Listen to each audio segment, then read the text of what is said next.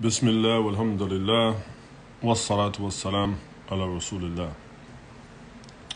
It is a really unfortunate occurrence that somebody like myself, who should be, busy teaching Islam, has to stop what he's doing and address a growing problem in our community.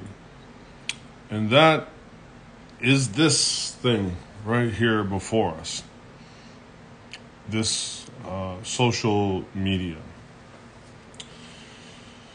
And I guess to cut to the chase, I want to address this fascination that our community has with popularity and how it manifests both in the general Muslim becoming fascinated when there is somebody that has some type of celebrity or notoriety and they make some type of positive comment about Islam. Usually they're making that positive comment that's still couched and situated in something that benefits them and, again, their popularity. And as well as this contingent of Muslim, particularly these YouTubers and TikTokers. And so, this is going to kind of sound like an old man rant. The YouTubers and the TikTokers that give them a platform, but then turn around and act so shocked and surprised when they don't really turn out to be what they thought that they were going to be. And so to cut to the chase, this latest issue with this person known as, what's his name, Tate?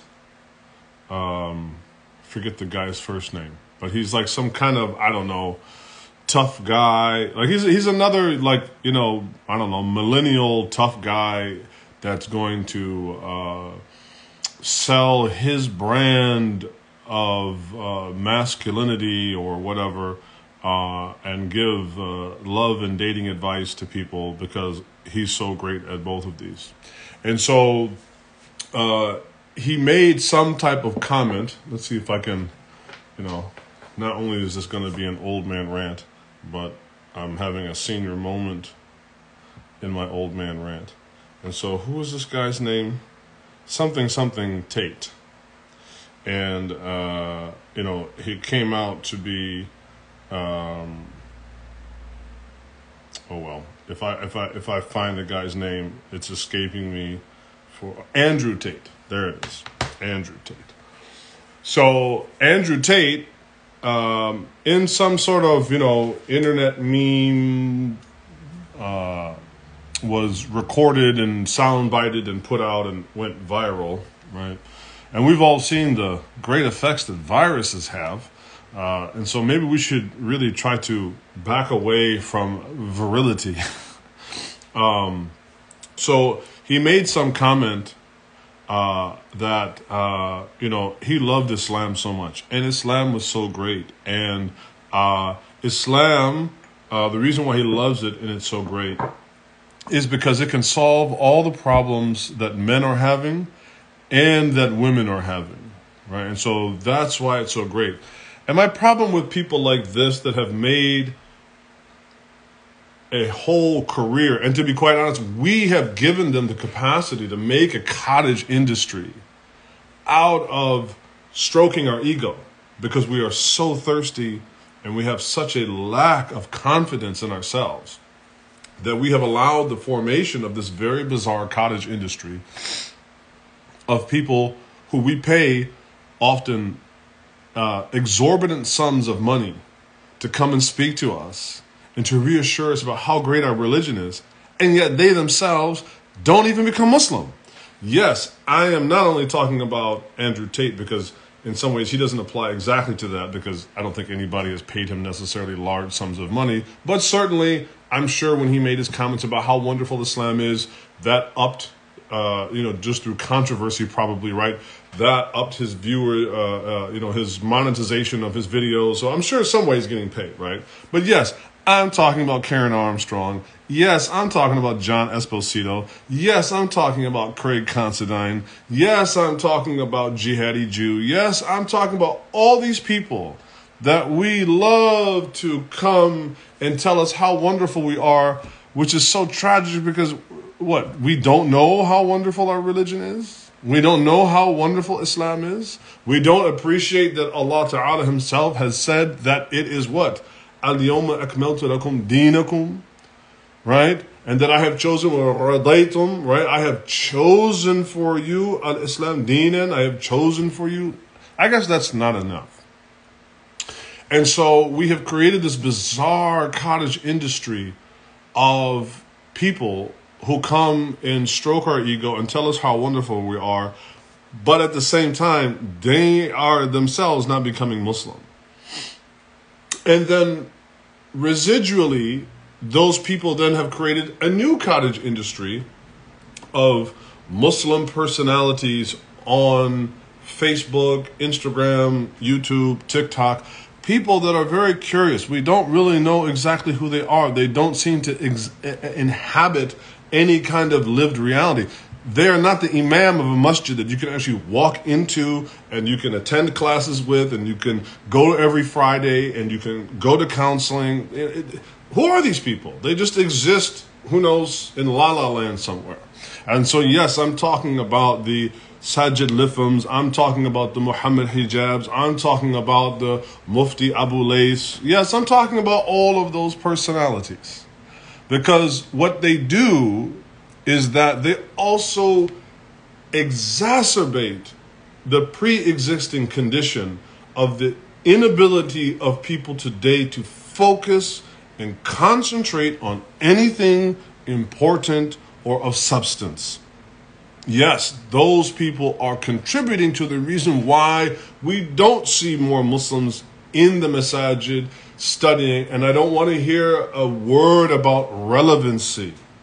I don't want to hear some nonsense about relevancy. The fact is that people have been conditioned and now are encouraged by the appearance of Muslim YouTubers. So at one point, social media is bad, but you know what, the way to make it good? Well, let's just have Muslims on social media. And I myself have major qualms about myself having to even be on here. I have major qualms, and that's why over the last couple of years, I have scaled back my use of social media, where I don't put up I teach a class every single week that goes for sometimes 2 or 3 hours, just one of them, right? Like my tafsir class. I have another class on Aqidah. I have taught Arabic. Inshallah, I have a class on Maliki fiqh coming up. A number of classes. And I do not put those videos up on YouTube. Because number one, that isn't learning. It's only passive engagement. There is no active learning with any of that. And so we need to ask ourselves, what truthfully is the benefit? This is why the average Muslim is confused about their religion. They are ignorant about their religion. They are confused as what their aqidah is. What do you have to believe in as a Muslim? And what do you not have to believe in as a Muslim? The inability for people to even sit and attend a 1-hour lecture. Nobody comes to that, but you know what? Look at these cats on YouTube. I mean, their viewership, they release some controversial topic, and within 1 hour, they will have hundreds of thousands, if not millions, of views.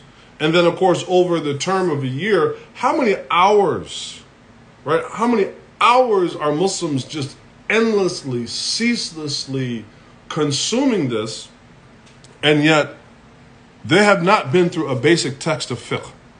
They probably don't even know the ins and outs of wudu. I had a person arguing with me the other day because they saw me make wudu, and they were like, hey man, that's not right. I'm like, that's fine. No. I said, really? I said, what is your adillah? What is your understanding? Well, in my country, blank your country, son. My madhab and Islam is not based upon your country. All right, and so they're ignorant, woefully ignorant of the religion. And so now we see, and I wrote something today on Twitter, right? Again, and I really loathe the fact that this is how I have to communicate with my community today is through social media. I can't stand it. I would much rather teach in person. I do not like having to do this. But I said, I think I had wrote and said, بعض أكبر الأخطاء وأكثرها التي أراد تصيب المسلمين اليوم هي الافتراضان الكبيران. I said some of the biggest and most common mistakes that I see today that Muslims make, right, are two major mistakes, right? الافتراض الأول الكبير, right? The first major error is what? وهو أن المصطلحات العلماء من الماضي ليست ذات صلة اليوم, is that there is this misplaced or really it's an assumption that everything from the past, the terminology of the Muslims from the past, anything from the past, it's all irrelevant today. And so that's why there's all this, brother, we have to be relevant to the youth, relevant. Why don't you put the youth in the masjid? Put them in the masjid, sit them down with their teachers. Right? The material is already relevant. Two, why don't you invest in quality people that can teach the religion? Yes, there is a dramatic difference between the acquisition of knowledge and the ability to teach it. This is why our institutions are foundationally flawed, because we no longer develop people that acquire knowledge along with the pedagogy or the skill to actually disseminate that knowledge. And so the biggest one now, then people are, it's, all that stuff from before, it's all irrelevant, right? Well, if there are the thani al-kabir, then the second major false assumption is what? وهو أن المصطلحات الكفار والعلمانيين اليوم هي أساسية لتطبيق الإسلام في هذا المعاصر, right? And so that what is the second biggest one is that the reverse. Everything, all of the nomenclature, all of the terminology, all of the ideas, all of the ideologies of the kuffar and the secularists today, they're quintessential to the application of Islam. And that has penetrated everything that we see, from our understanding of theology, so-called psychology, all areas of human life this has been penetrated by. And this is made only the easier by the existence of these social media ikhwan, because it's mostly men, right? It's mainly like these social media acts that all they traffic in is clickbait, all they traffic in is controversy. And so you create a Muslim individual today, al-Muslim al-Mu'asir, right? The modern Muslim today then is trapped between the expectations of controversy, right? Oh man, Jordan Peterson said this. Hamza Yusuf said that. Yasser Qadi did this. The Sufis did this and the Salafis did that. People are constantly caught up in the clickbait controversy. Meanwhile, if you ask them, can you make wudu with water that has electrolytes? What kind of water can you make wudu with? What is the muzil and the muzal in wudu? They'll be like, all that fiqh. People are ignorant of the religion because all they're looking for is the next flip of the screen, the next 30-second soundbite. I did open up a TikTok account, but I'm seriously thinking of just abandoning it. I'm thinking of abandoning most of what I do here on Instagram for the reason that, one, I refuse to express myself in 60-second clips. I refuse to reduce the enormity of the Book of Allah and the Sunnah of the Prophet ﷺ to 30-second clips or 60-second clips. This is preposterous. And so we try to wade into these waters and thinking that we can somehow Islamicize it, like making like an Islamic bank or an Islamic mortgage. And so there needs to be some kind of team huddle to address, reproach, and sit down, particularly this younger generation of social media personalities, and particularly the men, who are encouraging people to be driven to distraction. They are encouraging people to only have the appetite for controversy.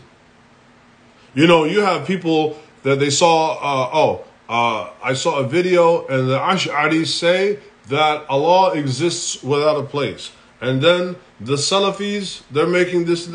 People don't even, they never go beyond this.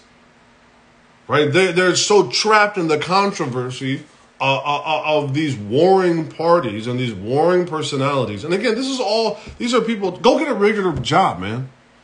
Go get a regular job. And I'm sorry, if you spent a year or two studying at University of Medina, you are not qualified. And if you're under the age of 30, you're not qualified, man, to speak about religion. You are not qualified to speak about religion. I am going to turn 50 years old, inshallah, very shortly. And I did not begin to even publicly talk about Islam. Now, I became Muslim when I was 18. And I immediately began systematic study of the religion, of all facets of it. Al-Arabiya, Al-Usul, Al-Fiqh, Al-Aqidah, Hakada, all that stuff, right? All of the ulum ad-din. And I studied those things with mashayikh for over 20 years before I opened my mouth. Well over 20 years. I did not even put my foot on the mimbar until I was practically 40 years old, maybe a few years before that. And so when we see, young imams, and people want to give them both barrels, and yeah, sometimes they do make mistakes, and there's no doubt. If you're like pouring you're pouring something on the concrete for your dead homies, yeah, Jews, this is a grave error. But at the same time, why are the leaders in our community people that are just barely out of their mother's apron strings? That we have asked too much of a generation of young people that unfortunately have been raised to be juvenile. Yes, I understand. You can go back to days before where people by that age were real. They were men, they were women, they were mature and understand. That ain't the case today. And so, in my opinion, I don't think anybody should be having the title of imam or ustad or whatever you want to call it and speaking publicly about the religion until you've at least hit your 40s. I really feel that this is something we should reconsider. 2, there should be a moratorium on Muslim social media engagement. A moratorium, and I'm not saying you can't have an Instagram account. Although, if you probably cancel it, it's probably better for you, right? But I'm talking about the particular group of social media ikhwan that get on there and all they do is traffic in controversy. Yes, I'm talking about Muhammad Hijab. Yes, I am talking about Daniel, what's his name for Alasna, Al-Haq. I'm talking about Daniel. I'm talking about Sajid. I'm talking about Muhammad Hijab. I'm talking about all these cats. They're just traffic in controversy. And even when there is some legitimate modicum of truth to it, simply pointing out a person's error is not the same as leading people into what is right and to what is correct. So, yes, you have people like Dr. Yasir Qadhi that has made statements that can confuse people about what can be done at the grave and what cannot be done at the grave. Has made statements about the veracity of the riwayah and the transmission of the Quran and the different qira'at, and that's something that he should stay out of that lane, just saying, right? Because you're confusing people. That going and coming back, and what my point is not about Dr. Yasir Qadhi. My point is that you come back from University of Medina, 20-something years old, you can barely grow a beard, And the first thing you start doing is making refutation videos of Dr. Yasir Qadhi. This attitude has got to go. And so what we really need is for the older imams, the older mashayikh to kind of step up and put their foot down and say, hey, you know what? Sit down, shut up. Sit down, shut up. Number one, you ain't done learning yet. You are not done learning yet. You are not authorized to go out. This is funny. I was talking with a teacher of mine the other day, and he said, we love to rant about the Muslim world. And there's a lot of things that we can certainly, right? We said one positive thing, and it can be abused, but one positive thing. You go in the Muslim world. Say you go somewhere like Saudi Arabia, or not to use that as any kind of measure, but just say you go to somewhere like Saudi Arabia. You pretty much going to hear the same khutbah no matter what masjid you go, because the government going to sign off on what is being said and what is being talked about. And the benefit of that, I'm not saying that cannot be abused by the state. It's true. But the other abuse that can happen is amateur night. Anybody can jump up and anybody can say anything. And this is also, especially this trafficking in negativity. And this is where I would love, I knew Daniel back in the day when we were both living here in the Inland Empire. I knew him way back in the day. And actually, Daniel and I, we met and we kind of vibed because we both had an interest in secularism, particularly in scientism, right? The impact that scientism was having upon Muslim thought. And so, we went out. I mean, I have an old video when I had an Eid celebration at my house, and he's there, right? And then now to see where it's just constantly trafficking in negativity, there also has to be something that we celebrate about ourselves. And no, I don't need Craig Considine to tell me how wonderful the Prophet ﷺ is. I already know how wonderful the Prophet ﷺ is based upon what Allah has said about him, what he has said about himself, ﷺ, what his ashab has said about him, what his wives have said about him, what his children have said about him, what his dhurriyat have said about him, and what the ulama have said. I don't need Craig Considine. I don't need John Esposito to come. Matter of fact, what I need is John Esposito and Craig Considine. They need to, as we would say, urinate or get off the pot. Urinate or get off the toilet. Either like take your shahada, man, or go deal with your own community. Go deal with your own community. Matter of fact, why don't you go tell some of your, Christian buddies that are always supporting Zionists and their projects in the Muslim world, causing all this fitna. We don't need you to tell us how wonderful our religion is. This is really, really troubling. And so my final part of my old man rant and my words of encouragement is try to use social media if there is any positive thing to it for the social aspect. I know many people live lonely lives. People are divorced, people are cut off, or they're living in an area, they don't know anybody, or there's no Muslims, or there's other stuff going on with the community. So I do understand.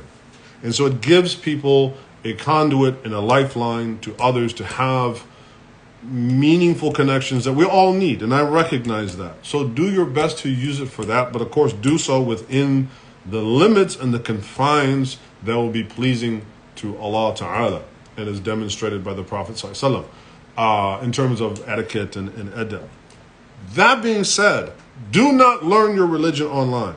Now, I'm not saying that you can't have or find breadcrumbs or tidbits that are intriguing or might pique your interest or inspire. That's wonderful. And that's kind of what I try to do when I put up a little clip here or there, is maybe that will spark somebody's interest to open the book of Allah. Maybe you'll hear a 60-second clip of my khutbah and go, oh yeah, let me open up and read. That's my goal. My goal is that I'm not going to be able to say anything that profound in 60 seconds, but rather it will just encourage you to be diligent. Go and sign up. There are all of these, and may Allah bless him. I mean, you have people like Imam Suhaib.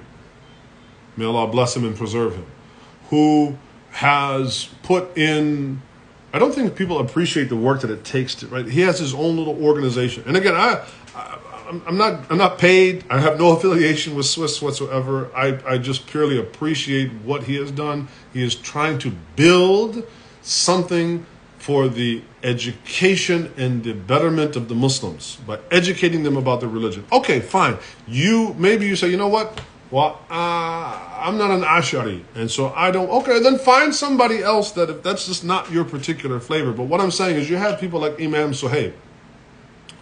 You want to learn the Quran, and here's the thing too. All of this Hizbiyah has to be put into a certain place. Like, I am not an Ash'ari, and I do have major differing issues with the Aqidah of the Ash'ari. I'm just putting that out there as somebody who's not an Ash'ari. I have major differences with them.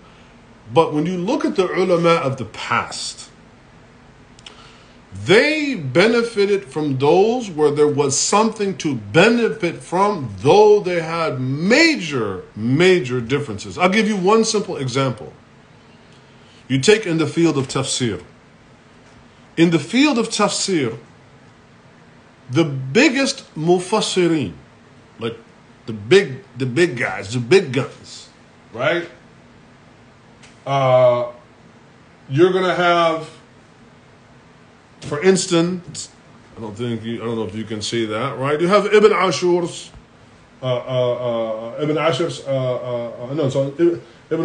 his tafsir, at-Tahrir, with Tanwir. Okay, like, he definitely is a modernist. You take people like Az-Zamakhshari. You take people like, my whole point is, there are a number of mufassirin, big guys, who are Mu'taziliyah. They were from the hyper neo-rationalists that definitely have major mistakes in their aqidah, without a doubt. And that's why, all the Muslims from Sufi, Salafi, right? Many of them, they reproached the Mu'taziliyah for their errors. That being said, in the field of, in the area of i'tiqad, of aqidah, they didn't take from them, but they were beasts when it came to their understanding of tafsir, and depending on what turuq that they were from, lughawi, ma'ani, and so on. And so you might say, well, I'm an Athari or I'm a Maturidi and I don't want, okay, fine. Don't study Aqidah if you're an Athari. Don't study Aqidah with an Ash'ari. Fine, okay. But if the person, for instance, like Imam Suhaib is going to teach Qalun, MashaAllah, is going to teach Qalun, then Bismillah, go and take the benefit of that. If he has a book that he's put out and he has taught Hafs and Asim, go and learn the book of Allah, learn to recite the book of Allah. If that's the only thing that you can take from him or you feel comfortable, go and do so. I mean, obviously there should be more that you can benefit from Imam Suhaib than that, who is a very dear and beloved friend of mine, even though we do have our, and we're both Malikis. He was laughing at me the other day. He's like, man, what are people going to think of you? On one hand, you have like, in your Instagram feed, you got books on like, tafsir, ulum al-Quran, this, and then you got one about rad ala ahl al-bid'ah, books upon the refutation of the people of innovation. And so we even he and I have somewhat differing takes on different aspects of the religion, but we, number one, nahnu muslimun lah. We are Muslims for Allah's sake. We are ikhwan, we are brothers, we love each other. And so when I saw that he was going to teach Qalun, I said, man, mashallah, here's somebody really putting in the work. Go and benefit from that. Instead of constantly looking for the next clickbait thing, because you are not going to learn your religion on Instagram. You're not going to learn your religion on YouTube. You're not going to learn your religion, right, on all these other places, until you get to a certain point.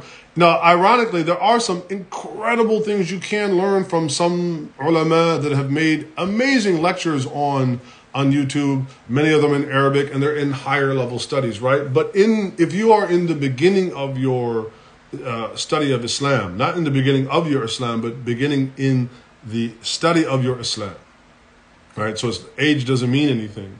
And you have not, as of yet, really gone from A to Z, from Alif to Ya, all the way through the Abwab of fiqh, and been through a basic book on usul and these things, then take advantage of these and don't worry about this other clickbait nonsense. And yes, we definitely need to sit down and have a conversation somehow to tell these YouTube cats, man, y'all need to knock it off. You are part of the problem.